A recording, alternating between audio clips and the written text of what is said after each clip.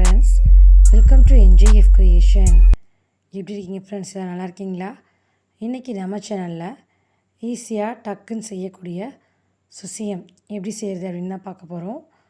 இது வந்து பார்த்திங்கன்னா பருப்புலாம் வேக வைக்காமல் நம்ம டக்குன்னு செஞ்சிடலாம். வாங்க இப்போ எப்படி செய்யுதுன்னு பார்க்கலாம்.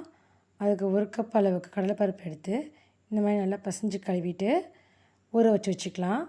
இது 2 மணி நேரத்துக்கு அப்படியே ஊறட்டும். 2 மணி நேரம் கழித்து பார்க்கலாம். பாருங்கள், 2 மணி நேரம் ஆயிடுச்சு. நல்லா ஊறி மேலே வந்திருக்கு பருப்பு. இப்போது இதை வந்து நம்ம தண்ணியை வடிகட்டிட்டு மிக்ஸி ஜாரை சேர்த்துக்கலாம். தண்ணி இல்லாமல் நல்லா புழிஞ்சு விட்டு சேர்த்துக்கோங்க. நம்ம வேக வைக்காமல் நம்ம மிக்ஸியில் அரைச்சி தான் நம்ம செய்ய போகிறோம். இது கூடவே 3 ஏலக்காய் சேர்த்துக்கலாம். சேர்த்து தண்ணி சேர்க்காமல் ஃபஸ்ட்டு கொஞ்சம் பல்ஸ் பண்ணி எடுத்துக்கோங்க. இந்த மாதிரி கொரப்பாக கொஞ்சம் அரைஞ்ச பிறகு ஒரு 1/4 டம்ளர் அளவுக்கு தண்ணி சேர்த்துக்கோங்க. ரொம்ப சேர்த்துட வேண்டாம். 1/4 டம்ளர் அளவுக்கு தண்ணி சேர்த்து அரைச்சி எடுத்துக்கலாம். பாருங்கள், இந்த மாதிரி அரைச்சி எடுத்துக்கோங்க. இப்போ ஒரு பேனை ஹீட் பண்ணிவிட்டு அதில் 1 டேபிள் ஸ்பூன் அளவுக்கு நெய் சேர்த்துக்கலாம். நெய் சூடான உடனே 1 கப் அளவுக்கு தேங்காய் துருவி வச்சுருக்கேன். 1 கப் கடலைப்பருப்புக்கு 1 கப் அளவுக்கு தேங்காய்ங்க. இது நல்லா நம்ம வந்துட்டு ஈரப்பதம் போகிற அளவுக்கு வறுத்து எடுத்துக்கலாம். ஸ்டவ் லோ ஃப்ளேம்லேயே வச்சு வறுத்துக்கோங்க. ரொம்ப வறுபடணும் அப்படிங்கிறது இல்லை. லைட்டாக அந்த ஈரப்பதம் போகிற அளவுக்கு வறுத்தாலே போதும். லைட்டாக அந்த வாசனை நல்லாயிருக்கும். நம்ம தேங்காய் வந்து நெய்யில் வறுத்துட்டு சேர்க்கும்போது ரொம்பவே டேஸ்ட்டும் ரொம்ப சூப்பராக இருக்கும். இப்போ அது நல்லா வறுபட்டுருச்சு. இப்போ இதில் வந்து நம்ம ஒரு பவுலுக்கு மாற்றிட்டு அந்த பேன்லேயே ஒரு 1/2 டம்ளர் அளவுக்கு தண்ணி சேர்த்துக்கலாம். அந்த தண்ணியில் நம்ம அரைச்சி வச்சுருந்த கடலைப்பருப்பு கலவையை சேர்த்துடலாங்க. சேர்த்து நல்லா மிக்ஸ் பண்ணி விட்டுக்கோங்க. 1/2 டம்ளர் அளவுக்கு தண்ணியே போதுமானது. அந்த அளவுக்கு வெந்தாலே போதும். இப்போ இன்னொரு பக்கம் பார்த்திங்கன்னா 1 கப் அளவுக்கு வெல்லம் எடுத்துருக்கிறேன். 1 கப் கடலைப்பருப்புக்கு 1 கப் அளவுக்கு வெல்லம் சரியாக இருக்குங்க. இப்போ இதில் ஒரு 1/4 டம்ளர் அளவுக்கு தண்ணி சேர்த்து அது மெல்ட் ஆகிற வரைக்கும் கொதிக்க விடுங்க. ரொம்ப பாகாகணும் அப்படிங்கிறது இல்லை, ஜஸ்ட்டு மெல்ட் ஆனாலே போதும். இந்த பக்கம் பார்த்திங்கன்னா இந்த பூரணத்துக்கான கடலைப்பருப்பு வந்து நல்லா திக்காகி வந்துருச்சு. இப்போ இதில் நம்ம மெல்ட் பண்ணி வச்சுருந்த வெள்ளைப்பாக வடிகட்டி சேர்த்துக்கலாங்க. இதில் தூசுலாம் இருக்கும் வெள்ளத்தில், அதனால தான் நம்ம வந்து இந்த மாதிரி மெல்ட் பண்ணி வடிகட்டி சேர்க்குறது. இப்போ நல்லா மிக்ஸ் பண்ணி விட்டுக்கோங்க. பார்க்கும்போது நல்லா இலகுன மாதிரி தாங்க தெரியும். இதனால் இருக்க நல்லா திக்காகி வந்துடும். ஸ்டவ் லோ ஃப்ளேம்லேயே வச்சுக்கோங்க. இப்போ கொஞ்சமாக உப்பு சேர்த்துக்கலாம். அதிகமாக சேர்த்துட வேண்டாம். நம்மளோட இனிப்புத்தன்மை வந்து தூக்கி காட்டணும் அப்படிங்கிறதுக்காக தான் கொஞ்சமாக உப்பு சேர்க்குறது. அதுக்கப்புறமா ஒரு 5 நிமிஷம் கழித்து நம்ம வறுத்து வச்சுருந்த தேங்காவை சேர்த்துக்கலாம். ஸ்டவ் லோ ஃப்ளேம்லேயே வச்சுட்டு சேர்த்துக்கோங்க. சேர்த்து அதையும் நல்லா மிக்ஸ் பண்ணி விட்டுருங்க. இப்போவே வாசனை ரொம்பவே சூப்பராக இருக்குது. ஸ்டவ் லோ ஃப்ளேம்லேயே வச்சுக்கோங்க, ஹை ஃப்ளேமில் வச்சிடாதீங்க.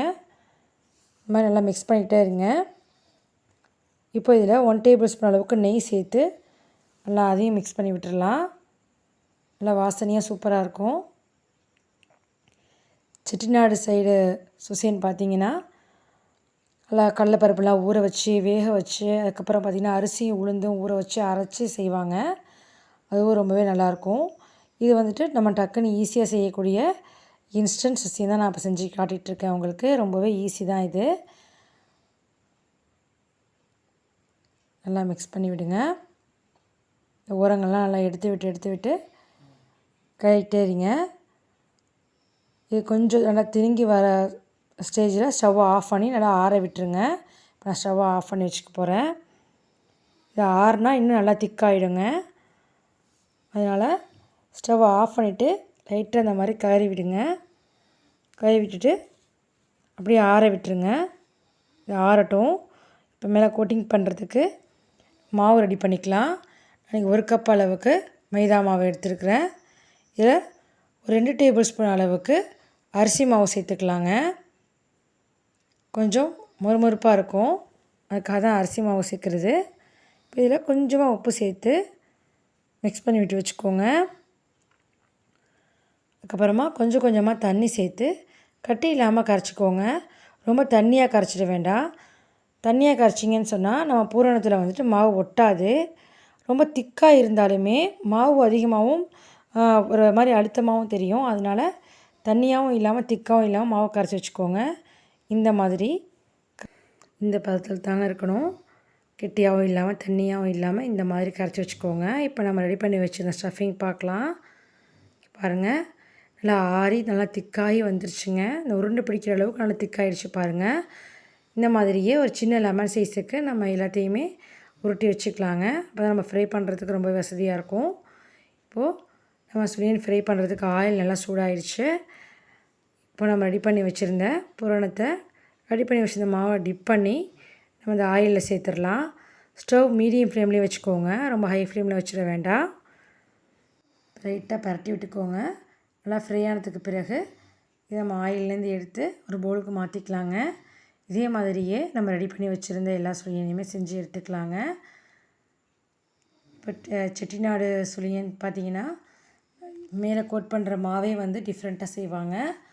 அரிசி உளுந்து எல்லாமே ஊற வச்சு அரைச்சி அதில் கோட் பண்ணி செய்வாங்க. அதுவுமே ரொம்பவே நல்லா தான் இருக்கும். இது நம்ம வந்து டக்குன்னு இன்ஸ்டண்ட்டாக செய்யக்கூடிய ஒரு இன்ஸ்டன்ட் சுழியன் ரெசிபி தாங்க நான் இன்றைக்கி உங்களுக்கு செஞ்சு காட்டியிருக்கேன். டேஸ்ட்டு ரொம்பவே நல்லாயிருக்கும். உங்கள் டைமும் நல்லா சேவ் ஆகும், அதே சமயம் கேஸும் நல்லா சேவ் ஆகும். கண்டிப்பாக ட்ரை பண்ணி பாருங்கள். இங்கே பாருங்கள் எவ்வளோ சூப்பராக வந்திருக்கு அப்படின்னு சொல்லிட்டு. பார்க்கவே ரொம்பவே நல்லா இருக்குல்ல. அதே மாதிரி டேஸ்ட்டும் ரொம்பவே சூப்பராக இருக்குங்க. பாருங்கள், பார்க்கும்போதே உங்களுக்கு எந்த டிஃப்ரெண்ட்டுமே தெரியாது. இங்கே பாருங்கள் எவ்வளோ சாஃப்டாக வந்திருக்கு அப்படின்னு சொல்லிட்டு.